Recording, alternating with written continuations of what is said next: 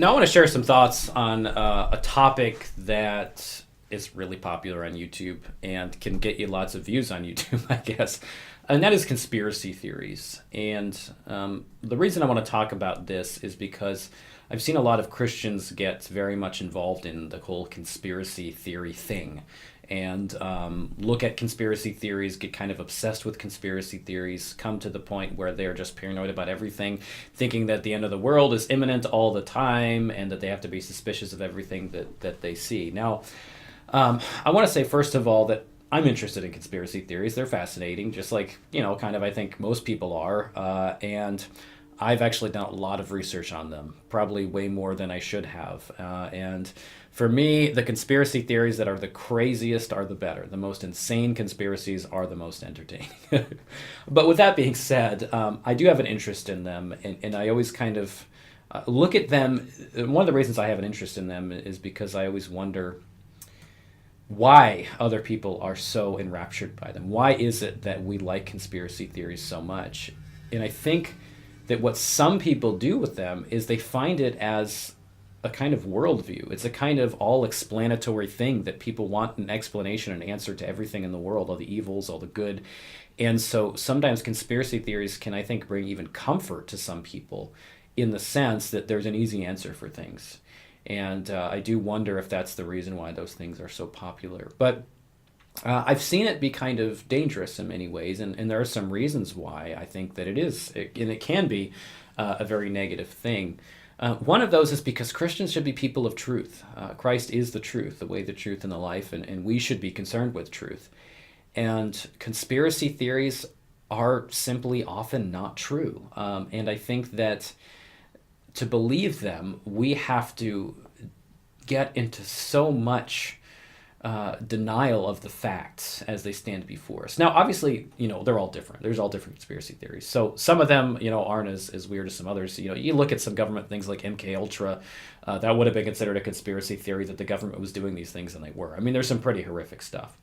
But I'm thinking of things like lies that I hear kind of over and over again on the internet. And it doesn't matter how many times they've been disproven because people will just repeat them without actually looking into them, which is, I think, very problematic. So one of the examples of this is, the Sandy Hook shooting. And there are conspiracy theories that say that none of the children actually died, that nothing actually happened there. It was all just made up. There are different conspiracies about it. But and to say such a thing is, first of all, just offensive to the facts. It's simply not true. I have family there and know people that were very much affected because actual people died there. The whole community is affected, and most people in the community know somebody who was there, either killed or saw it or was a teacher. It's not that big of a town, so you talk to people, and they all know that it happened. It's absurd to say that it didn't happen. And same when you get into like the crisis actors thing and say that, hey, these people are just crisis actors, and the same woman appears at all these different events because she's just an actress, and nobody's actually crying.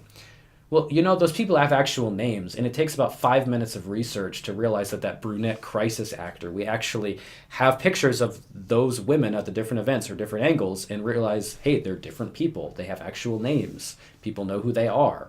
And it's not just some actress that goes place to place, because it's not like every brunette is exactly the same person, which these people seem to assume. So the first problem is that most of the time they're just not founded in truth at all, but in sensationalism.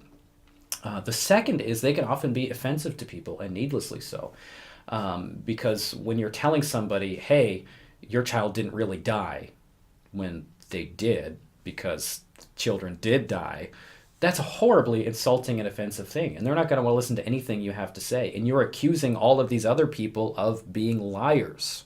You're accusing them of not telling the truth, of making things up. And it's simply just not a kind thing to do, and it's not helpful for anybody. The third thing is that I think it can often take your eyes off of Christ altogether sometimes. Because what I've seen, and this is a tendency at least, in people who are into conspiracy theories, in such a heavy extent. Not just people who think, oh, these are interesting, I'm going to read about these, but people who get really, really involved in them. They tend to live a life of paranoia. They tend to think the Illuminati is out to get them at every corner. They tend to look at every single world event and assume that some grand scheme is orchestrating things. And it ultimately takes their focus off of the hope that's in Christ. And we're not called to just be paranoid about the world all the time. Yeah, things are going to be bad sometimes. Yeah, there's a lot of messed up stuff in our world. Yeah, the government does some pretty messed up stuff. But we're not called to just sit in worry and anxiety and fear and freak out about this and that, but instead to look to the hope that is in Christ, and as we are here to serve our neighbors and obey God's will and proclaim the gospel. That's what we're called to do. And we can very much be distracted from that message. And I've seen it over and over again, that you get distracted from that message as much as you are getting involved in these conspiracy theories. And the next reason I want to bring up is, and I already kind of mentioned this, is that when you are engaging in conspiracy theories, you are accusing a lot of people of being liars. And Martin Luther says in his small catechism, as he's writing about the eighth commandment, that we are to put the best construction on all things. We're not just to assume that somebody's wrong or somebody's lying or somebody is being evil and deceitful. Now, if we have evidence, enough evidence, then sure, we can do that, but we have to do it fairly, justly, and with caution. Take for example the flat Earth conspiracy. Okay, I know numerous people who have worked on satellites, whose whole job it is, and these are faithful Christian people, who have worked on satellites or who have done other work which necessitates something like the Earth being a globe.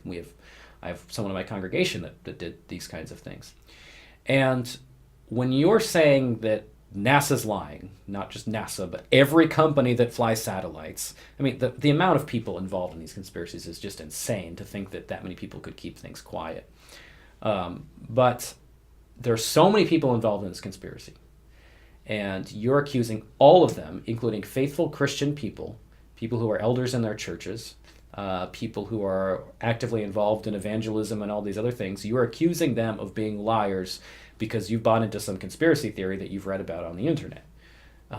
That's quite a charge, and that's quite insulting to those people.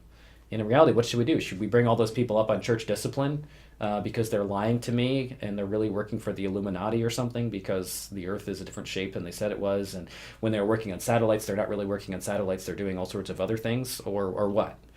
I mean, this leaves us with a lot of questions. So these are just some of the reasons, and this is kind of rambly, I know. These are just kind of thoughts. But I wanted to put it out there because I see this as a major danger among Christians.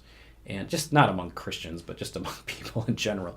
But as Christians, I think we should be even more concerned about these things in speaking the truth, in being loving, and focusing on Christ. And in all these ways, I think when we are focusing so much on conspiracy theories and getting so deep into that kind of paranoid culture, I don't think we're doing that.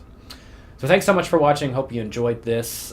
Check out other videos I've got on this channel, like and subscribe and comment, and we'll see you next time. God bless.